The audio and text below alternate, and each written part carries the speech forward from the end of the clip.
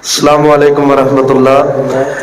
इस साडे इकट्ठे होने का सबब जिहड़ा है ना, कारी यकूब साबर साहब तशरीफ फरमा ले, इन्हां ने एक तजवीज़ बनाई भी यार जिन्ने तलबा अशातुल उलूम तो फारग होए हैं ना, एक ग्रुप बनाया जाए व्हाट्सएप पे।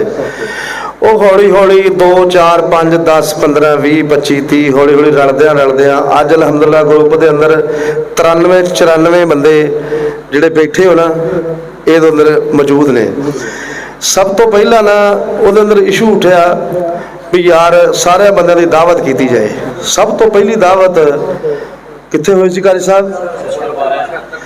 76 12 बलोचा वाला, जिथे कोई नहीं जाता, जनाजे ते लोग औखे जाते हैं, पर दावत नूं सारे उत्थे गए। पहली दावत माशाअल्लाह कसरत नाल उलमा पहुंचे, फिर दूसरी दावत हुई, फिर तीसरी दावत हुई, चौथी दावत कारी यकूब साबर साहब ने मियाँ चन्नू की माशाअल्लाह, बहुत अच्छी आला दावत की। हाफिज अब्दुल गफार साहब भी उत्थे पहुंचे माशाअल्लाह, इन्होंने दावत दी ते उत्थे ही बैठिया अज वाली दावत का तय होया। हाफ साहब कहने लगे यार कोई प्रोग्राम बनाओ तो क्यों ना भी अशातुल उलूम के अंदर भी सारे साथियों को इकट्ठा किया जाए। खैर उत्थे बैठे ही कारी शहजाद असलम साहब, हज़रत मौलाना उस्ताद जी अनवर बलोच साहब, हाफिज अब्दुल गफार साहब, सारे साथियों का मशवरा होया। अज वाली डेट 26 सितंबर तय हो गई। अज अलहमदुलिल्लाह सारे साथी इत्थे इकट्ठे हुए हैं, बड़ी खुशी हुई है। अज तो बड़े पुराने साथी जिन्होंने देखा भी नहीं सी, उन्होंने मिलने की मुलाकात हुई, मुलाकात का मौका मिले।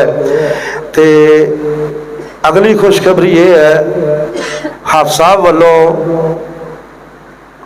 वालों ऐलान है, अज 26 सितंबर है, इंशाअल्लाह हर साल 26 सितंबर इस तरह दावत होया करेगी।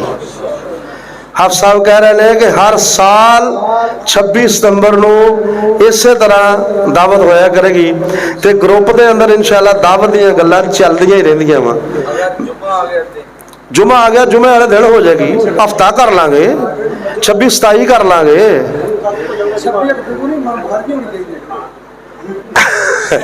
जी हो जाएगी जी इंशाल्लाह। कारी साहब ने मेरे जुम्मे भी पाती भी 26 सितंबर मेरे को कर लो जी, कोई गल इंशाल्लाह मैं करवा दें, कोई मसला नहीं। इंशाल्लाह हाजिर जी 26 सितंबर को इंशाल्लाह। तो ग्रुप के अंदर ना, साडे ग्रुप च जिन्हां कोल व्हाट्सएप ग्रुप है ना, बड़ी दावत की गल चलती रहिंदी है।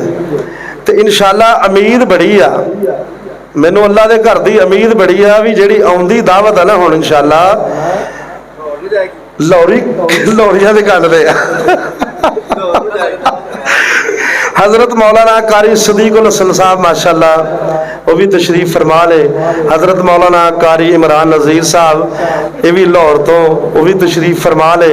हज़रत मौलाना आसिफ मतवली साहब ये भी लाहौर ही होंदे आ, वो भी तशरीफ फरमा ले। हज़रत मौलाना कारी मोहम्मद असलम साहब लाहौर तो